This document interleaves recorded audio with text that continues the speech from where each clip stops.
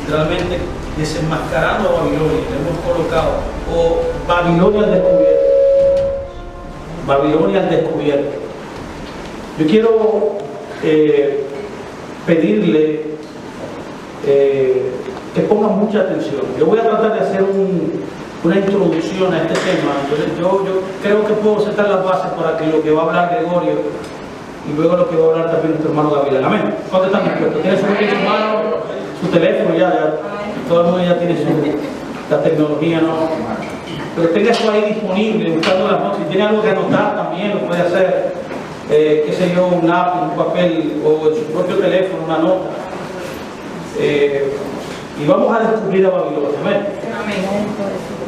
Como decía mi hermana, Babilonia literalmente era un lugar físico, era un lugar histórico. Sin embargo, lo que la palabra de Dios quiere resaltar desde el principio hasta el final es que Babilonia es un estado espiritual del ser. O sea, el énfasis de Dios en la Escritura es denotar o hacer entender a los creyentes que Babilonia es un estado espiritual del ser. Y por eso que el libro de Revelación 14:8 dice lo siguiente. Dice, otro ángel le siguió diciendo, dice, ha caído Babilonia, porque ha hecho beber a todas las naciones del vino del furor de su fornicación. Otro verso notable en la Escritura, en el mismo de Revelación, en el verso 17:5, identifica a Babilonia, dice, como la ramera. Dice, Babilonia, la ramera. Mire qué dice la Escritura, está escrito, dice, y en su frente está un nombre escrito. Dice, oiga la palabra que usa, un misterio. La Biblia habla de dos misterios. Hay dos cosas de la Biblia que son misterios. Uno en una connotación buena y otro en una connotación negativa, como en este caso. Pero si está en el final, es porque estuvo primero en el principio. Eso es lo que yo quiero hoy tratar con ustedes. Yo quiero sacar hoy desde el principio esa verdad que comenzó a revelarse, a mostrarse desde el mismo principio. Si yo pudiera decir, bueno, si me preguntaran, Fernando, ¿cuál tú crees que es el libro más profético que hay en la Escritura? Yo le diría a la gente, el libro de Génesis. Porque desde el principio Dios declaró el final. Isaías 46 dice.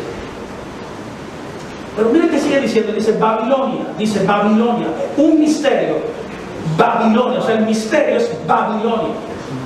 La palabra Babilonia es una palabra compuesta, pero que su base trascendental dentro de su etimología literalmente significa confusión. Pero cuando tú vas a la centralidad de esa palabra, es porque esa palabra hay una confusión en cuanto a la mezcla de información. ¿Se acuerda usted del árbol de la ciencia del conocimiento de bien y el mal? ¿Por qué Dios dijo que no comiera de él? Dice que el fruto de ese árbol era ¿qué? Era muerte. Era porque era mezclado. Había bien y había mal. En otras palabras, nuestro Dios no quiere que sus creyentes, que sus hijos, los que son parte de Él, ¿cuántos son parte de Él? Amén. No mezclen, no se mezclen. Dios lo ha separado a usted para que pueda producir vida y que también usted pueda impartir vida en todo lo que usted hace.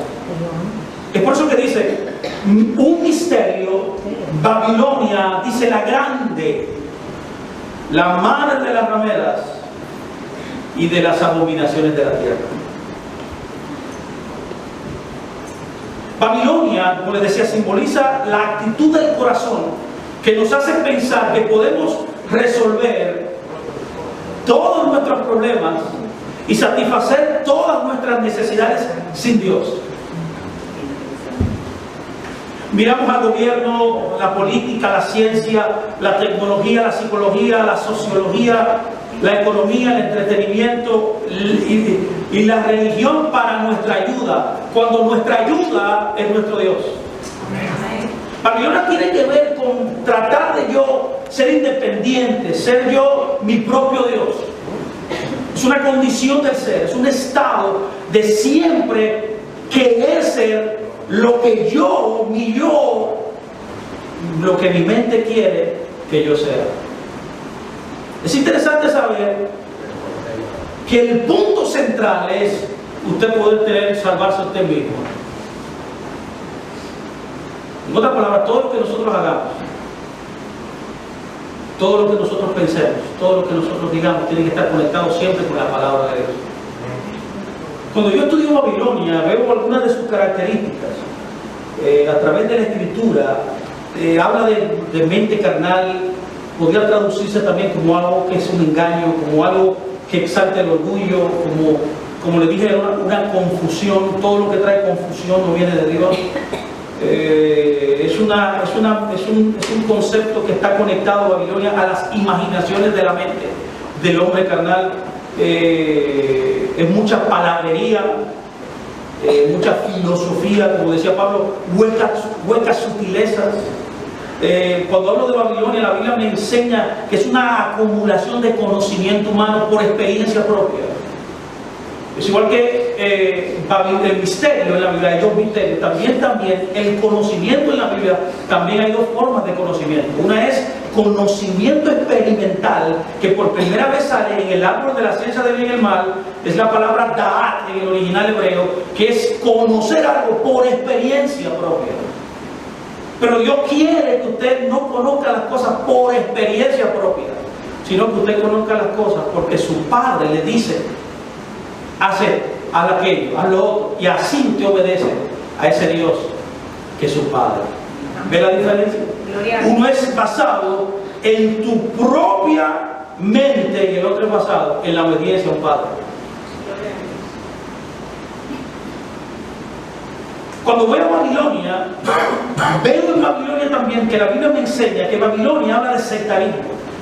Es por eso que en la versión del 1976 de la Reina Valera, uno de los frutos de la carne literalmente dice así: sectarismo. Todo lo que sea sectarismo, denominacionalismo, tiene que ver con Babilonia. La Biblia me habla también que Babilonia también es religión. Religión en el sentido, no desde el punto de vista correcto, sino desde un punto de vista que usted quiere ganarse su salvación. Está basado en un sistema religioso. Y es por eso que le llama abominación también la Escritura. Y tiene que ver también con toda persona que ha caído. Babilonia tiene todas estas connotaciones. Así como decía mi hermana, me estoy maravillando porque ella parece que estaba conmigo cuando yo estaba haciendo estas notas. Usted no puede conocer a Babilonia, y es la mente de Dios desde el principio hasta el final, que si no hay un contraste, querido hermano. ¿Cómo usted puede saber que algo es bueno si no hay algo malo al lado? ¿O cómo usted puede saber que algo es malo si no hay algo al lado que sea diferente? ¿Puede entender? Esa ha sido la mentalidad de Dios desde el primer día. Y es por eso que Babilonia representa literalmente, queridos hermanos, al reino de las tinieblas. Pero de su contraparte está el reino de Dios, que la Biblia lo llama de una manera extraordinaria, lo llama Sion. Entonces Sion y Babilonia tienen características, muy distintas. Por ejemplo, yo tengo algunas para que usted pueda tener una imagen mental de lo que yo quiero decir. Sion se refiere al genuino cuerpo de Cristo, la esposa, la iglesia, la eclesía en griego, ¿no? Sí. Y hablando en griego, eclesía, y hablando se me vino a la mente algo ahora, algo jocoso que yo le compartí a Gregorio. Gregorio, ayúdame aquí con tu madre y la madre de Yanis. Yo le decía a Gregorio que wow, pero las dos embajadoras octogenarias que tenemos aquí de Grecia son dos fashionistas. Esas dos son dos fashionistas, tan pegadas, se ven hermosas. Y la vez más se ríe, pero ella se ríe a la mamá de Amén. ¿Cuántos están de acuerdo? Amén. Wow. Es importante saber entonces también que si Sion es el cuerpo de Cristo, la iglesia, Babilonia se refiere al falso sistema de iglesia, de tradiciones de hombres y de religiones. Sion es un pueblo, Babilonia es una cosa. Sion es el pueblo de Dios y Babilonia es una institución de iglesias y de sistemas. Sion es un organismo vivo. Babilonia se caracteriza por estar llena de instituciones y de sistemas. Sion consiste en un pueblo que ha nacido de ella. Babilonia consiste en un pueblo que se ha unido a ella o han sido escogidos para ella. Sion es un pueblo que es llamado por el nombre de Jesús. Y Babilonia es un pueblo que es llamado por muchos nombres que representan divisiones dentro del sistema de la iglesia babilónica. Por ejemplo, el católico, el bautista, el carismático, el episcopal, el luterano, el metodista, el presbiteriano, el pentecostal y todas las denominaciones, todas las demás. Babilonia tiene que ver en que está enfocada en sí misma y Sion está centrada en Jesús. Sion vive por el Espíritu y Babilonia vive por la carne. Sion es celestial, Babilonia es terrenal. Sion es gracia y Babilonia es desgracia. Sion es vida, Babilonia es muerte. Sion es existir, Babilonia es hacer. Sion es descanso. Babilonia es una iglesia, una congregación, un sistema que está cimentado en las obras que hace. Sion es luz, Babilonia es oscuridad. Sion es humildad, Babilonia está llena de orgullo, arrogancia y altivez. Sion es libertad en Cristo, Babilonia es un cautiverio en la carne. Sion habla del reino de Dios, Babilonia habla del reino de los hombres. Sion adora en espíritu y en verdad, Babilonia programa las alabanzas. Cuando yo hablo de Sion, me viene a la mente la predicación del Evangelio a través de Cristo y Cristo crucificado. Cuando oigo de Babilonia, hablo que proclama las denominaciones, las tradiciones, los credos, las posturas personales y las opiniones. Yo le llamo a esto Evangelio según Señor. Sion es el sacerdocio de todos los creyentes. ¿Cuántos saben aquí que somos sacerdotes? Amén. Babilonia habla acerca de un sistema clero laico. ¿Cuántos saben lo que es eso? Un clero laico. ¿Cuántos saben? Es que hay una cúpula que es muy dotada, es muy conocedora, y debajo hay un pueblo que no es muy dotado, que es un poco ignorante. Cuando la Biblia habla de Sion, responde a Dios como una autoridad suprema. Y cuando hablamos de Babilonia, Babilonia responde a los hombres y a sus instituciones como la autoridad. Cuando yo hablo de Sion, hablo de obtener revelación de lo que Dios ya ha revelado y escrito. Cuando yo hablo de Babilonia, Babilonia siempre depende de la imaginación. Sion representa y conforma al pueblo a imagen de Jesús. Y Babilonia conforma al pueblo a su propia imagen. ¿Se acuerda de esa imagen? Esa imagen grande en Babilonia, ¿se acuerdan? ¿Qué quería el rey? Que todos se postraran. Quería conformarlo a esa imagen. Esa es Babilonia. Desnudar Babilonia es ponerla en contraste con la luz que es Sion. Mi papel hoy entonces es ir al principio, luego de esta introducción, ir al principio para que usted pueda ver algo que quizá usted no ha visto, porque no se ha detenido, pero gloria a Dios que es el tiempo hoy. Amén. Gracias. Cuando vamos al principio, a la palabra de Dios, en Génesis, desde Génesis, comenzamos a ver las cosas naturales de la creación. Los primeros seres vivientes son todos agrícolas.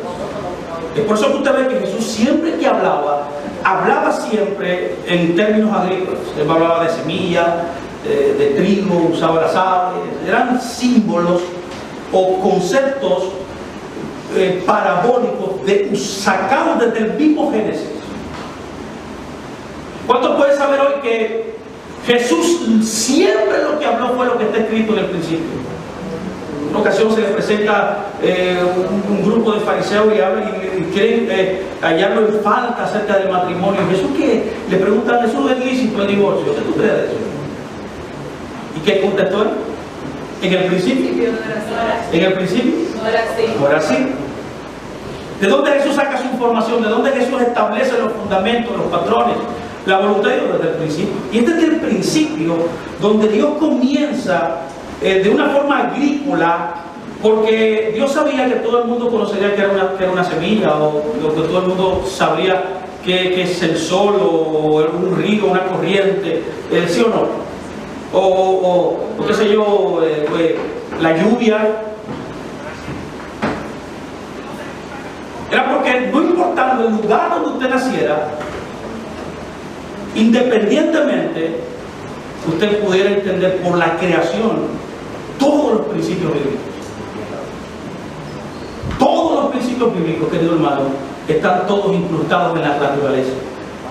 Es que cada vez que cuando yo me levanto en la mañana y oigo al pajarito cantar, sé que Dios me lo envía todas las mañanas, ese pajarito, me lo pone en el balcón. Yo me paro ahí, me siento ahí en el mueblecito que yo tengo y me doy un deleite de ese sonido tan hermoso. Y a veces me divierto, antes de que el sol salga, y veo esa majestuosidad de ver el sol saliendo por el este todos los días. Veo también delante de mi casa, ahí en el balcón, que hay una mata que está saliendo, que está floreciendo ahora de mangos. Y veo esos mangos ahí ya verdes, ya están crecidos ya. Falta ya poco para comer mango. Cuando yo veo la naturaleza, veo los principios bíblicos. Y ahí está Babel. Usted lo va a ver ahora. Dios comienza, cuando habla en el tercer día, cuando habla de los seres vivos, a los seres vivos, las dos posibilidades de seres vivos que existen, el Señor lo simboliza. A uno lo simboliza como un árbol que da fruto, que tiene la semilla dentro, y al otro lo simboliza como una hierba que también tiene simiente, pero que no tiene la semilla dentro. Luego es en el capítulo 1. En el capítulo 2 entonces vemos dos árboles distintos: el árbol de la vida y el árbol de la ciencia del conocimiento del bien y el mal. Mi pregunta hoy sería: ¿cuántos saben que todo árbol viene de una semilla? Vio, Génesis 1, cuando simboliza al hombre, lo simboliza de dos formas: uno que es hierba y otro que es un árbol que da fruto con su semilla dentro. Pero en el segundo capítulo de Génesis simboliza dos árboles. ¿Por qué? Porque de los árboles vienen ¿de qué? De semillas, y dan fruto. Luego en el capítulo 3 entonces Dios viene y nos introduce lo espiritual de esos dos conceptos que están en Génesis 1 y Génesis 2. Y es que Él establece, luego de que la pareja en el Edén es engañada, literalmente establece Dios. Ya conmigo, Dios. No, dígalo como usted lo cree. Dios establece, óigame bien, una confrontación. O sea, Él legisla, Él decreta que va a haber enemistad entre esas dos simientes. ¡Wow! Eso me impresiona. O sea, no es que el hombre va a poner enemistad, no es que Dios es el que establece esa diferencia y establece ese decreto que siempre esas dos simientes tendrán confrontación. Es un decreto de Dios. Lo que me hace entender entonces que lo que Dios estaba hablando era de algo espiritual. Y luego en el capítulo 4, pongan atención, que yo quiero que usted me copie. En el capítulo 4, entonces lo que Dios hace es que lo que Él ya está anunciando como algo espiritual, como algo, natural, luego te lo ejemplifica en personas. Póngame atención. En personas. Personas como tú y yo, carne y hueso, que tienen necesidades, que trabajan, que tienen familia, que se relacionan, pero que dentro de su contexto, dentro de su interior, dentro de sus procesos de pensamiento, dentro de lo que son en realidad, querido hermano, está fluyendo algo espiritual que los gobierna. Por eso la Biblia dice, guarda el corazón. Es porque desde el corazón es donde la vida emana. Es en el corazón que se determina si tú perteneces a un reino, el reino de la luz o el reino de las tinieblas. ¿Cuántos están aquí hasta aquí? Amén. Lo veo en expectativa, me gusta eso. Está en una expectativa hermosa aquí, porque esto es importante.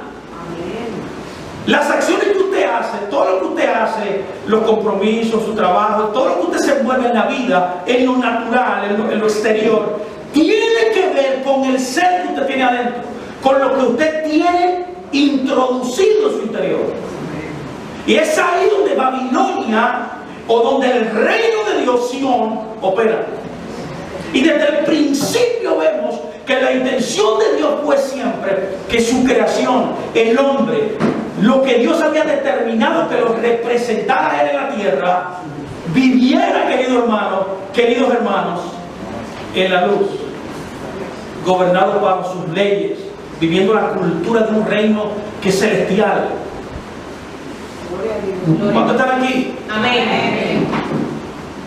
Pero vemos entonces que la historia devino en un quebrantamiento, en una elección del hombre por autogobernarse, por autoquerer hacer lo que quiere, por elegir lo que sus hormonas, su vista, sus deseos carnales y su deseo de convertirse en Dios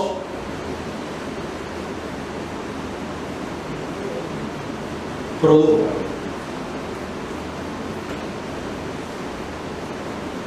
Y es por eso que cuando vamos a la Escritura,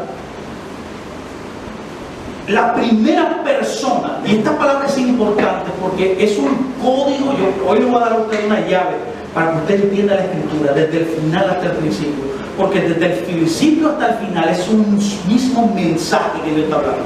Es el reino de las tinieblas contra el reino de la luz. Y la intención de Dios es que usted viva en el reino de la luz. Amén. Gracias. Y es por eso que desde el principio hasta el final hay una palabra, pongan atención, que abre la llave para entender este misterio. Y es la palabra hombre. Diga conmigo, hombre. Hombre.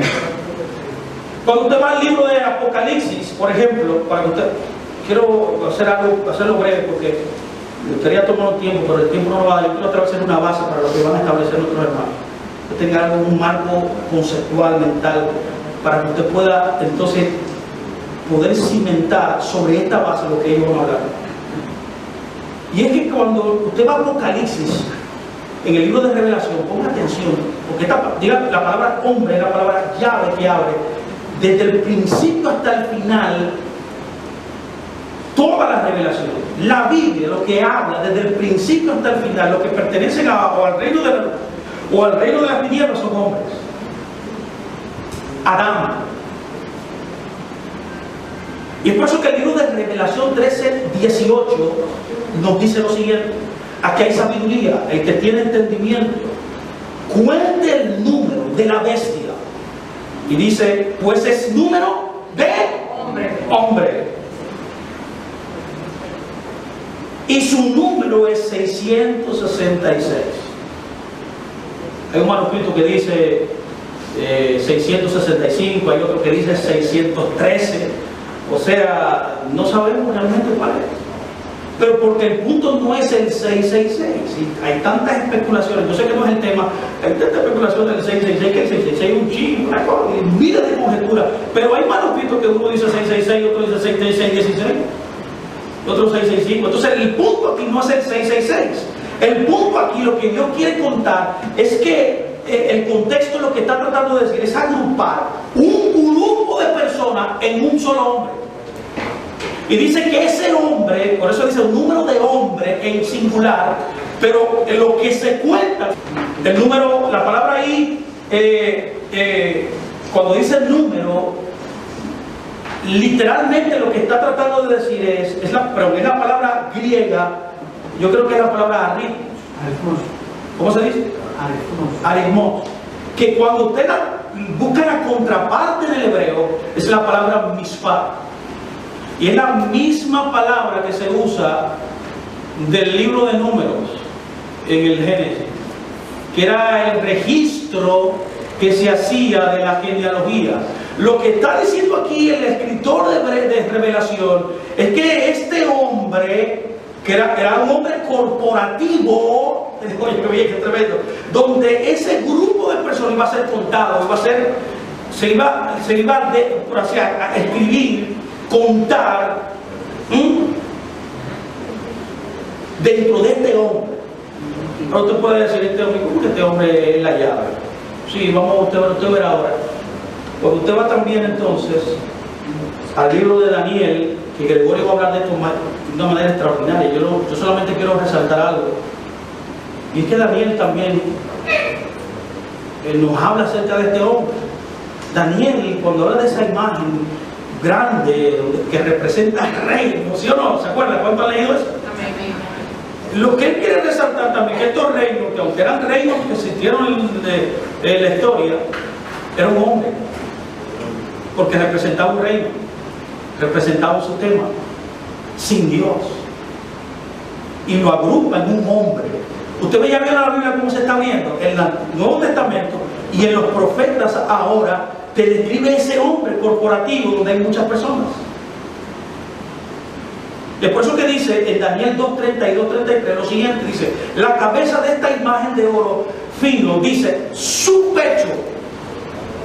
Oye, usa pronombre personal, su, y luego dice sus brazos, y luego dice su vientre, y luego dice sus músculos, y luego dice sus piernas.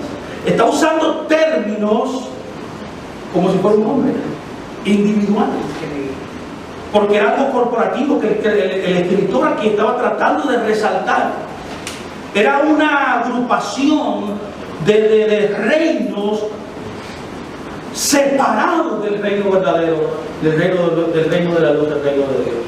Y por eso que dice sus piernas, sus pies. No se queda aquí, también usted va al libro de Ezequiel. En el libro de Ezequiel, capítulo 28, qué lindo Dios nos habla desde el principio, Dios declara al final. Y por eso que Ezequiel 28:2 y el 12:13, la Biblia dice lo siguiente, habla de un hombre también. Dice la Biblia, hijo de hombre, di al príncipe de Tiro. ¿A quién le habla? Al príncipe de Tiro. Yo no voy a discutir aquí si es un ángel que habla de Satanás, no, eso no. Pero aquí dice que era el príncipe de Tiro. Era un rey. Le dice: así ha dicho el Eterno, el Señor, por cuanto se enalteció tu corazón y dijiste: yo soy un Dios y en el trono de Dios estoy sentado en medio de los mares, siendo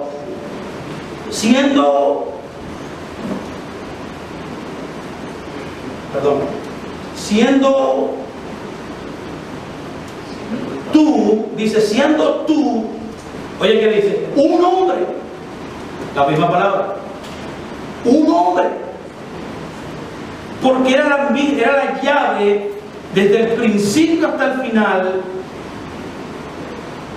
del mismo principio que el Señor habla en Génesis. Pero no se queda ahí. Y aquí ya yo entro ya en el Génesis, porque yo quiero que usted vea esto de forma sencilla, no tan amplificada, porque lo que quiero es establecer una base, ¿no? Un marco de referencia. Vamos a Génesis ahora, y usted verá que como hubieron 3 patriarcas, vamos a ponerle bueno, ¿sí o no? Bueno, ¿sí o no? Abraham, Isaac y Jacob, 3 hijos, y de ahí viene la formación de ellos 3. Por eso la Biblia dice el Dios de Abraham, dice de Jacob, ¿se acuerdan? O sea, era el Dios de los 3, y con los 3, y obviamente con las matriarcas también, eran 4, son 7, ¿se acuerdan? ¿7 qué es el número? Perfecto, o sea, Dios es un Dios perfecto, por eso escogió 7 personas para nombrar a su pueblo con un nombre que se llama Israel.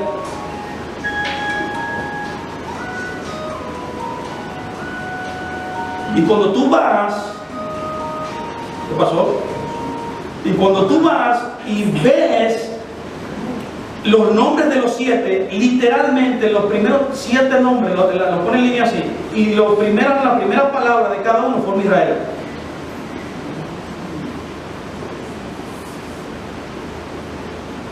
De la misma forma, dentro del lado de Babilonia, habían 3 también, 3 personas, 3 hombres, que la Biblia lo llama los 3 iguales, sino hombres, porque era la llave desde el principio que Dios quería que usted viera en toda la escritura como hemos visto. Por eso sale en Ezequiel, por eso sale en Daniel, por eso sale en Apocalipsis, por eso sale siempre en la escritura completa. Era porque esta era la base para que todo el mundo, cuando leyera la escritura, pudiera ver ese hombre que no pertenecía al reino de Dios, cómo era su sistema operacional, cómo se comportaba, cómo era su vida, qué hacía, para que cuando usted lo leyera, usted hiciera lo mismo que ellos. Y el primero de ellos es un joven que se llamaba Esaú, ¿se acuerdan? El nombre, esto es extraordinario, provocativo esto. La Biblia dice, mire, está en Génesis 25, 27 esta historia. Y dice la escritura, dice, y crecieron los niños. Oiga bien qué dice, porque esto es tremendo, es la llave. De conmigo llave, dígalo. Esta es la llave para entender esta escritura. Tan sencillo. Dice, Esaú fue diestro en la casa antes de que un personaje llamado Nimrod, vamos ahorita a estudiarlo más profundo, fuera un cazador. Ya este hombre llamado Esaú dice que era un cazador diestro. Pero ¿por qué tú crees que el sistema operativo de Esaú y el sistema operativo de Nimrod era el mismo? Querido hermano, porque es una llave que abre la escritura, una constante del reino de las tinieblas. Cada vez que la Biblia habla de cazadores, algo malo en la escritura. Siempre. Vamos a ver por qué. La Biblia dice que era un hombre del campo. Esa palabra también, escúchala bien, campo. Jesús habló mucho en las parábolas del campo. Pero ¿y por qué Jesús habla de eso? Porque está en Génesis. Pero Jacob dice, era criado, ve el contraste, ¿vio? Lo que vimos ahorita de Sion, Babilonia. Dios desde el principio es un contraste que quiere hacer de los que pertenecen a un reino y a otro. O sea, yo no puedo decir, yo puedo hacer la pregunta retórica, Gregorio, hermano Gavilán, ¿quiénes son del reino de Dios? Y yo sé que todo el mundo va a decir, yo amén. Pero que usted diga amén, eso no significa nada, sus acciones lo que dice. Es como usted vive. Por tus frutos. El pastor cuando se para aquí, cuando lo trata usted y porque tienen tanto tiempo tratando, él va a ver cuáles lo esperan en un reino y en otro reino. Usted experiencia en Babel. Hay gente en la iglesia que opera así en Babel. Yo creo que iba a encontrar un amén, pero no. Hay personas sentadas aquí en las iglesias que cantan coros, que diezman, que ganan almas, que tienen discipulados, que adoran a Dios, que lloran, ¡ay, Dios! Que no se han convertido. Y eso es lo que nosotros queremos hoy tratar hoy.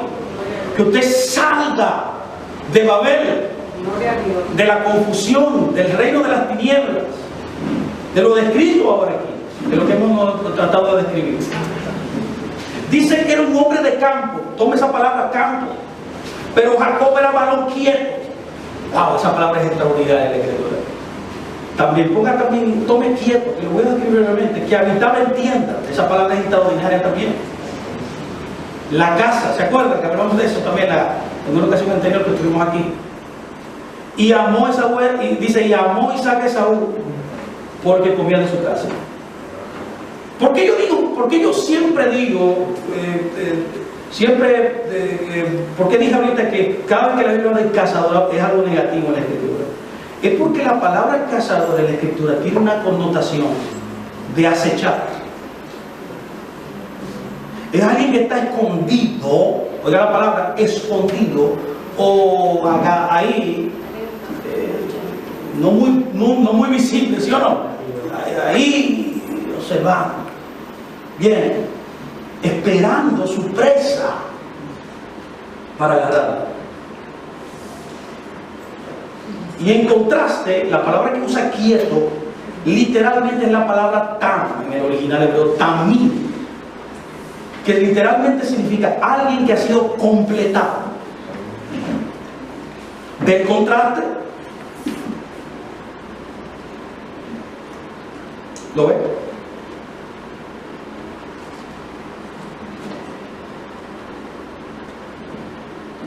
Es la misma palabra que usa en Génesis 6:9 hablando de Noé. ¿Cuántos saben quién es Noé? De Noé dice en la escritura, Génesis 6:9 dice, estas son las generaciones de Noé, varón justo, y usa ahí la palabra tamim, que aquí la escribe de otra forma la Reina Valera, dice perfecto. La misma palabra de quieto y perfecto es la misma en el original, la palabra tamim, en su generación. Oye, no era perfecto, era la misma palabra que usa de Jacob.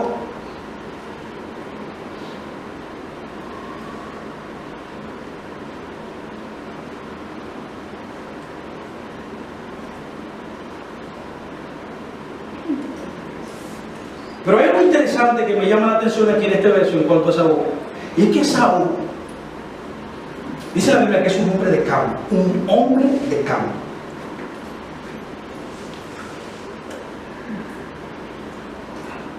Ahora, ¿dónde por primera vez sale esa palabra? Pónganme atención, que estamos hablando de cimientos, de reinos.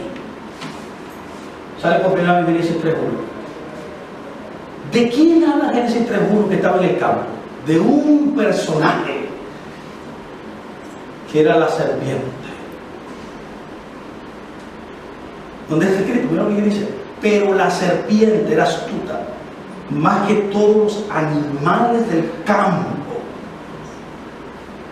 ¿Es coincidencia que la serpiente operaba en el campo y que Esaú también? No, porque es un patrón. Lo que la Biblia está tratando de decir a todos nosotros es que el lugar donde operaba era en el campo, dándonos la llave del entendimiento de que ese era el escenario en el cual todas sus cualidades eran desplegadas. Pero dice lo siguiente, connotando el campo con algo extraordinario, una característica que caracteriza a Babel. Dice, el campo que el eterno Dios había hecho, la cual dijo a la mujer, con que Dios os ha dicho, no coman de todo árbol del huerto. ¿Cuál es la conexión? Que campo, serpiente y desobediencia están unidos.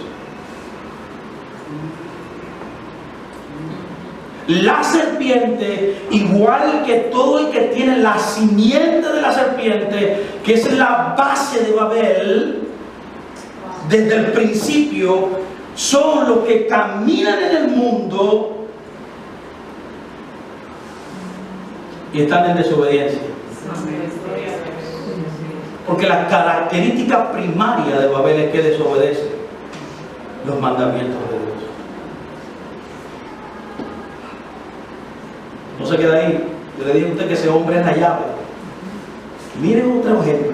Ahora vamos a ver a otro personaje que se llamaba Ismael. Génesis 16:11. Dice así: además le dijo el ángel de Jehová: he aquí que has concebido y darás a luz un hijo, y le llamarás Ismael. Wow, ese nombre es extraordinario, ¿eh? Si fuera por el nombre, fuera el hombre más santo que existiera. Ismael literalmente significa el que escucha a Dios. Dice: porque el Eterno ha oído tu aflicción, y el hombre, y él, oye, dice aquí de nuevo, un hombre, oye, qué tremendo Dios, un hombre fiero. La palabra ahí en original es pereará. Su mano será contra todos, y la mano de todos contra él, y adelante de todos sus hermanos habitará. Qué tremenda palabra. Esta obra de arte, de información para todos nosotros que el Señor nos ha dado. Dice que era un hombre fiero. La palabra hebrea ahí es la misma palabra. Póngame atención, porque esto son cosas, mire, que cuando usted le estudia dice: no, pero esto está absurdo. Esto a veces uno dice: wow, qué perfección es nuestro Dios al él dar su palabra. La palabra hebrea literalmente significa flor silvestre.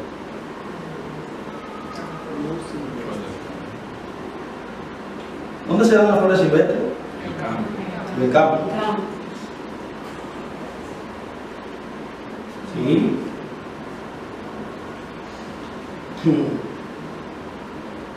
Otro hecho interesante aquí con Ismael era que Ismael dice literalmente que no, espérese, no puedo pasar esto, ¿no?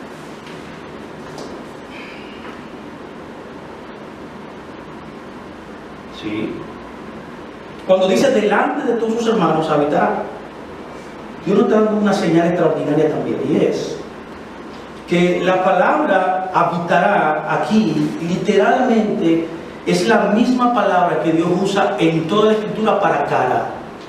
En otras palabras, lo que Dios estaba diciendo, Ismael, porque era algo profético que le estaba hablando aquí, algo profético, dice: estará siempre en la cara de su hermano. ¿Quién era el hermano de él ahí en ese momento? Isaac. En otras palabras, donde Isaac estuviera, no importando el lugar, siempre Ismael estará frente a él. Eso es lo que estaba tratando de decir Dios. Les decía que Ismael significaba el que escuchaba a Dios, pero cuando estudiamos las escrituras, en las veces que aparece Ismael, siempre hace lo contrario a lo que su nombre dice. En vez de escuchar su destino, su característica, su sistema operativo era obedecer a Dios, atención, él hace todo lo contrario. Lo mismo que todos nosotros, que estamos supuestos que, ¿sí o no?, a vivir en pureza, en santidad, en obediencia, en mansedumbre, a vivir en perdón, a hacer perdón, a amar. La gente entendió mal. La gente entendió, en vez de entender amar los unos a los otros, la gente entendió matar los unos a los otros, criticar los unos a los otros, murmurar los unos a los otros. Y Dios dice que amamos los unos a los otros. Es que Dios, quizás para que usted entienda, es que Dios nos destinó a hacer algo, a vivir de una manera, y nosotros siempre elegimos lo contrario. Eso pasó con Ismael. Ahora, ¿cómo yo lo sé? Bueno, cada vez que sale su nombre es contrario a su carácter, a lo que Dios le estableció desde el principio con su propio nombre. Pero eso no está a simple vista, esto está incrustado en el texto, eso está escondido. Hay 3 versos que hablan de eso. El primer verso se encuentra en Deuteronomio 17:12.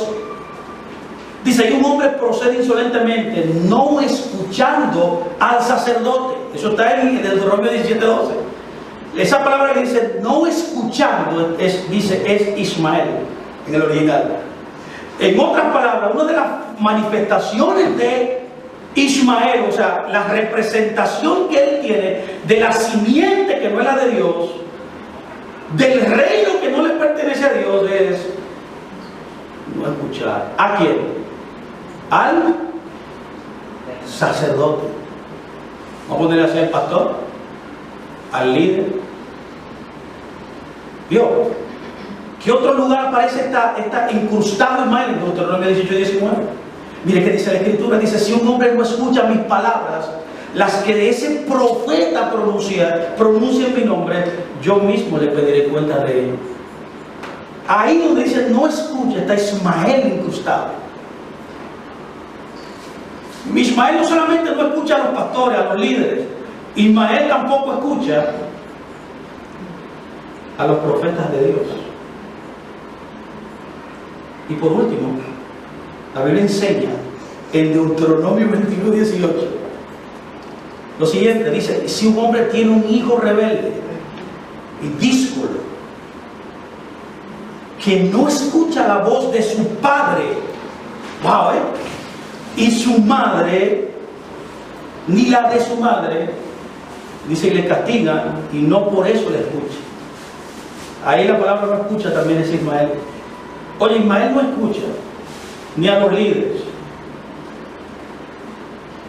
ni a los profetas de Dios,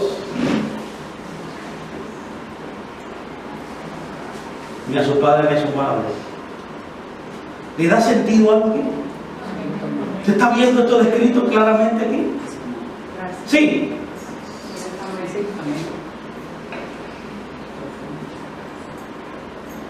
Ahora yo quiero estar entonces ya al final, dando la recta final, a lo que yo quiero establecer como base. ¿Cuántos han entendido hasta ahora lo que yo he tratado de decir? Amén. Sencillo, fácil, no muy complicado. ¿Sí o no? Ahora llegamos a Caín. Pero qué cosa más tremenda que en los tres usa el mismo término, hombre. Mire que dice de Caín en Génesis 4:1-3, dice, y aquí hay que ponerle mucha atención a Caín. Quedan unos minutos.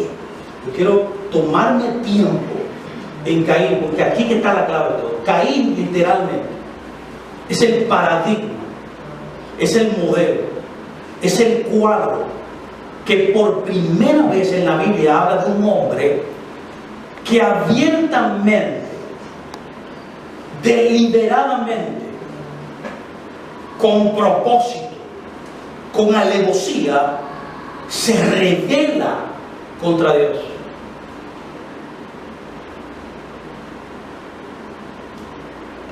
Lo cual la Biblia lo resalta de una manera, porque todo lo que se repite luego en la Escritura dentro del reino de las tinieblas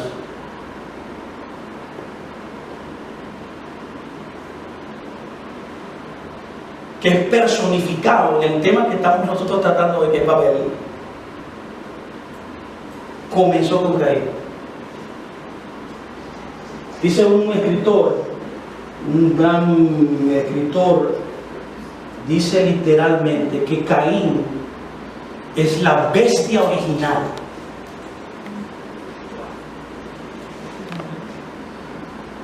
Se me olvidó escribirlo aquí la cita y la nota del libro. Tengo el libro ahí, pero se me olvidó ponerlo en la nota para que usted tuviera información, pero lo podemos enviar para que usted lo pueda ver y buscar y leerlo. También cuando usted lea a Josefo en todos sus libros, la guerra de los judíos, dice literalmente que el primero, así mismo literalmente, que el primero rebelde en la historia, que fue un símbolo de la bestia, así mismo dice Josefo era cristiano, señor. Y ya en ese momento él dijo eso. Y que los descendientes de Caín, los cainitas, fueron los primeros que se apartaron deliberadamente de Dios. Entonces lo que la Biblia está diciendo desde el principio en Caín es que Caín, como es el que inaugura todo este paradigma, este sistema operativo, estas características que vemos incrustadas repetitivamente de lo que pertenecen a ese reino que es personificado en Babel, nos debe llamar la atención de una manera importante. Es por eso que la Biblia dice en Génesis 4:1-3,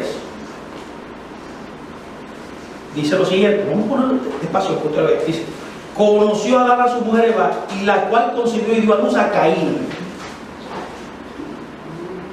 Y dijo, dígame bien, por voluntad del Señor he adquirido, dice, un hombre.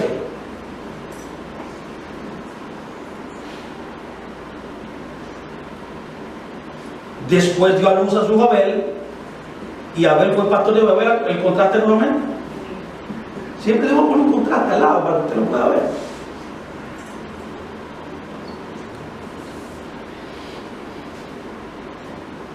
Abel fue pastor de ovejas y Caín fue labrador de la Tierra. el campo. Vio los tres patriarcas del mal, como yo les digo, todos hermanos operaban en el campo, igual que su padre, la serpiente. Vio el patrón desde el principio.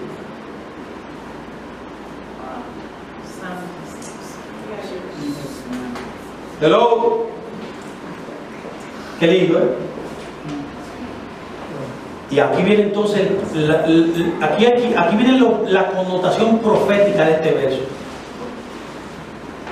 Dice, y aconteció que andando el tiempo, ya conmigo, andando el tiempo. Café ya, no se preocupe.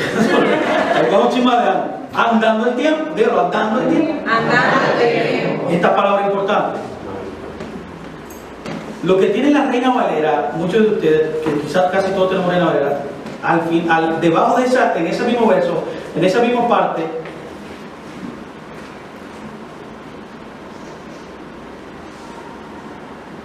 ya me está haciendo señal que termine. Y yo que ya estoy llegando, pero yo quiero tomarme un tiempo. Denme unos minutos, si nos quedan 10 minutos, me voy a tomar 5 más, no se preocupen. ¿Cuánto dice la mano?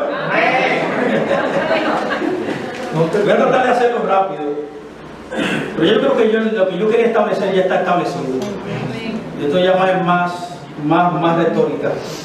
Pero esto es importante, andando el tiempo. Cuando usted en la Biblia, en la Reina Valera, abajo tiene una marginal abajo, muchas de ellas. Hay Biblia que abajo tienen un marginal. Y dice literalmente que esa frase, lo que quiere decir en el original hebreo literal es, en el final de los días. ¿Qué es lo que está tratando de decir aquí? Dando una indicación profética. Es que la historia de Caín y Abel es algo que se repetirá al final.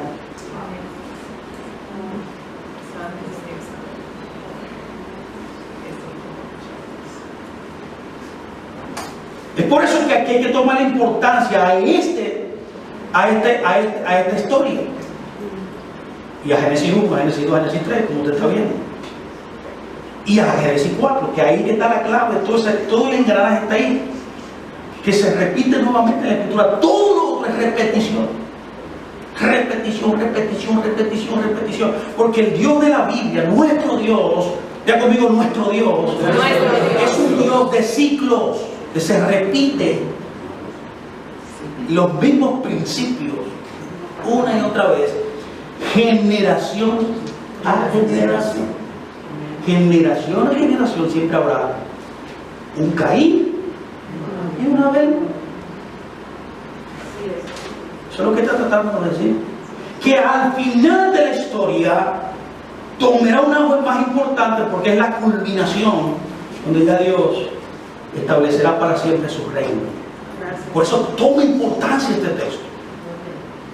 Esa es la primera cosa que hay que ver. La palabra ahí, miketz y amin en el original hebreo, es andando el tiempo o en el final de los tiempos. Y esta misma frase es usada, que es la base de mí, lo que me abrió a mí el Señor cuando un día me revela esto, yo entro a estudiar estas cosas, es lo que me abre esta escritura. Es que en Isaías 7 veces dice, en el principio Dios declaró el final. ¿Qué es lo que ha tratado de hacer el enemigo, los sistemas institucionales, Babilonia? ¿Qué es lo que ha tratado de hacer? Encubrirlo a nosotros, que el principio ya no sirve. Y si Dios está diciendo en Isaías 7 veces que en el principio Él declara el final, era porque ya todo lo que Él tenía que decir estaba ahí en el principio. Si yo fuera el padre, el rey, el dueño del reino babilónico, de las tinieblas, yo trataría de encubrir eso. Pero hoy estamos diciendo que desenmascarando. Gracias. Póngame atención, Todo lo que está pasando aquí en esta historia es del fin. Es del fin. La palabra fin aquí, final, que usa este texto, viene de una raíz que es ketz, que también por el tiempo no va a dar ketz. Literalmente es una de los 4 oidores que Jesús usa, que es la espina. La palabra ketz es espina en el original hebreo. Lo que la palabra estaba tratando de decirnos a nosotros era que por eso que esa parábola del Mateo 13 de la semilla es una palabra profética que habla del final de los tiempos, porque ya estaba establecido en Génesis 4.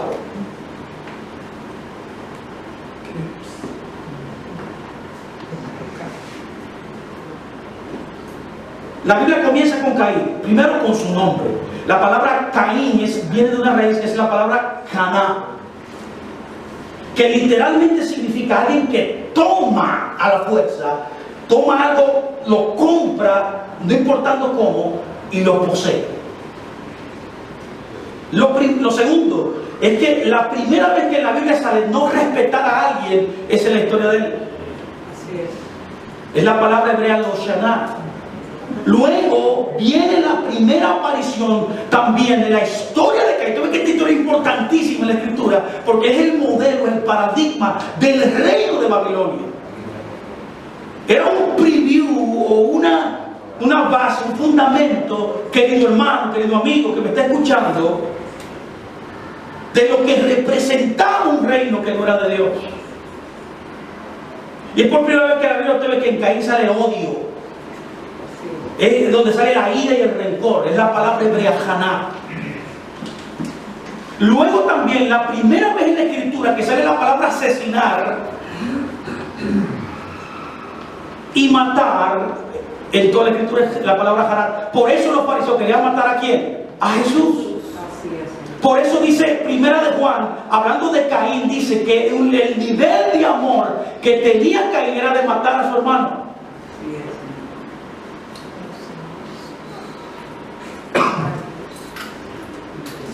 Vemos también que Caín, querido hermano, la primera vez que en la Biblia que alguien ha sido maldito es en él. También vemos que el primero que fue un fugitivo o un inmigrante ilegal fue Caín. Usa la palabra Noah. Eso no es muy popular ahora, ¿verdad? También usa una palabra también para Caín como modelo para nuestro entendimiento de cómo opera el reino de las tinieblas, y es que el sistema operativo de las tinieblas usa una palabra muy importante, que es la palabra errante.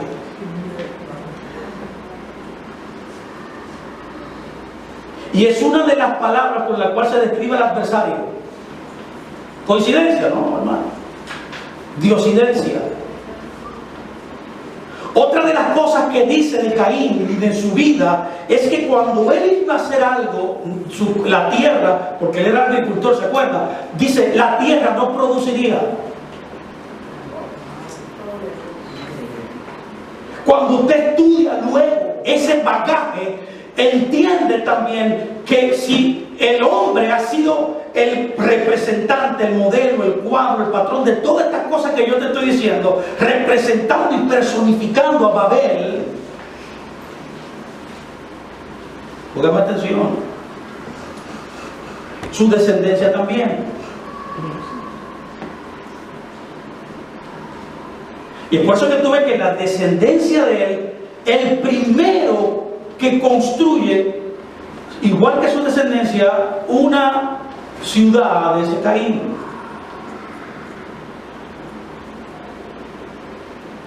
Pero luego también vemos que en su descendencia, el primero que forja el hierro y el bronce, que es uno de los elementos dentro de la imagen de Daniel, o sea, literalmente en el pie, que había bronce mezclado, dice la palabra mezclado. ¡Wow! Esa es la historia de él. Dice que la descendencia de Caín forjaron el bronce. La palabra bronce en el original hebreo es la palabra hebrea nahash. Es la misma palabra de serpiente. En otras palabras, Caín y su descendencia eran los forjadores de las armas de la serpiente. ¿Por qué? Óigame atención, porque si la tierra no le produce a usted, yo tengo que cambiar mi profesión. En vez de usar entonces las herramientas para dar la tierra, ellos cambiaron esa modalidad y hicieron armas de matar. ¿Cuántos están aquí? Amén. La voy cerrando, ya me están viendo. Sí. 5 minutos, Gregorio.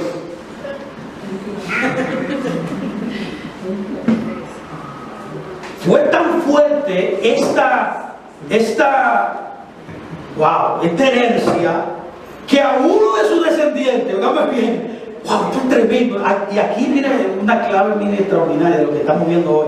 Porque lo que está pasando hoy es lo que está pasando hoy delante de todos los ojos de los hombres. Así es. Pero hoy hay mucha gente que quizás lo puede ver, ya yo lo vi hace mucho. Y es que le pusieron el nombre de uno de sus nietos, le pusieron Tubal Caín.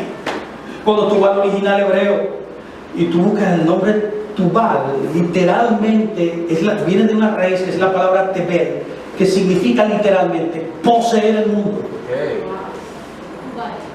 Mi pregunta es: ¿cuál es la religión que quiere poseer el mundo? Disfrazada de paz. Historia de la paz, la religión de la paz. ¿Sabes hablar aleikum? ¿Cuál? Musulmán. Islam.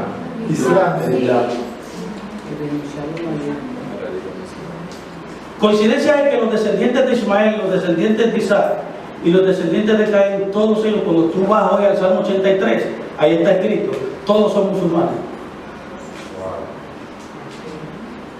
¿Cuántos están aquí?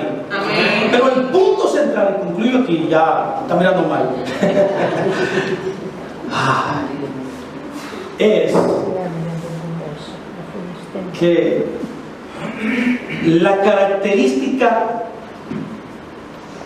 que le pone la tapa a la olla para comernos ese sancocho es que ellos siempre, dentro de su ADN, todo el que opera en este reino de confusión, de mezcla, quiere matar al primogénito. Es por eso que Caín fue el primero que mató al primogénito de Dios, donde la simiente del Mesías vendría. Yo quiero concluir con esto y brevemente describir las características, tantas cosas que tenemos que decir, pero ya el tiempo se nos ha ido. Voy a repetirlo, porque Caín, cuando usted lo describe y ve su cuadro, es el modelo de todo lo que es anticristo. Representa la bestia, representa el primero que representa de una manera abierta Babilonia. Y en Caín vemos un paradigma extraordinario. Es el primero que toma, que está relacionado a los postreros días, no respeta. Es el primero que vive en rencor, vive en ira, en odio. ¿Se acuerdan que hablamos que Babilonia era algo del interior del hombre, dentro de su corazón? Es el primero que... también se me olvidó decir que la primera vez en la Biblia que habla de alguien que cayó, caído, es Caín. Otra palabra que usa de Caín es que se hace cargo. Caín se hizo cargo de su vida. Dentro de ese paradigma está la muerte, el asesinato, el hombre que está en maldición. Vemos en Caín que representa a los que son fugitivos. Vemos a Caín que representa a los errantes, a los vagabundos. Vemos a Caín que la primera vez que la Biblia habla de que alguien fue castigado o que vive en iniquidad es él. Vemos también que la palabra también misterio. Yo quería llegar aquí, yo no podía irme sin esto, Gregorio, porque estamos hablando de un misterio de Babilonia, ¿sí o no? La primera vez en la Biblia que se habla de esa palabra es con Caín. Se lo prometí ahorita, ¿no? Sí. Usa la palabra ocultar, cuando dice me esconderé. Le digo a Dios, me esconderé. La palabra que él usa es la palabra soter, que es de donde viene la palabra misterio en el griego. Es la misma palabra.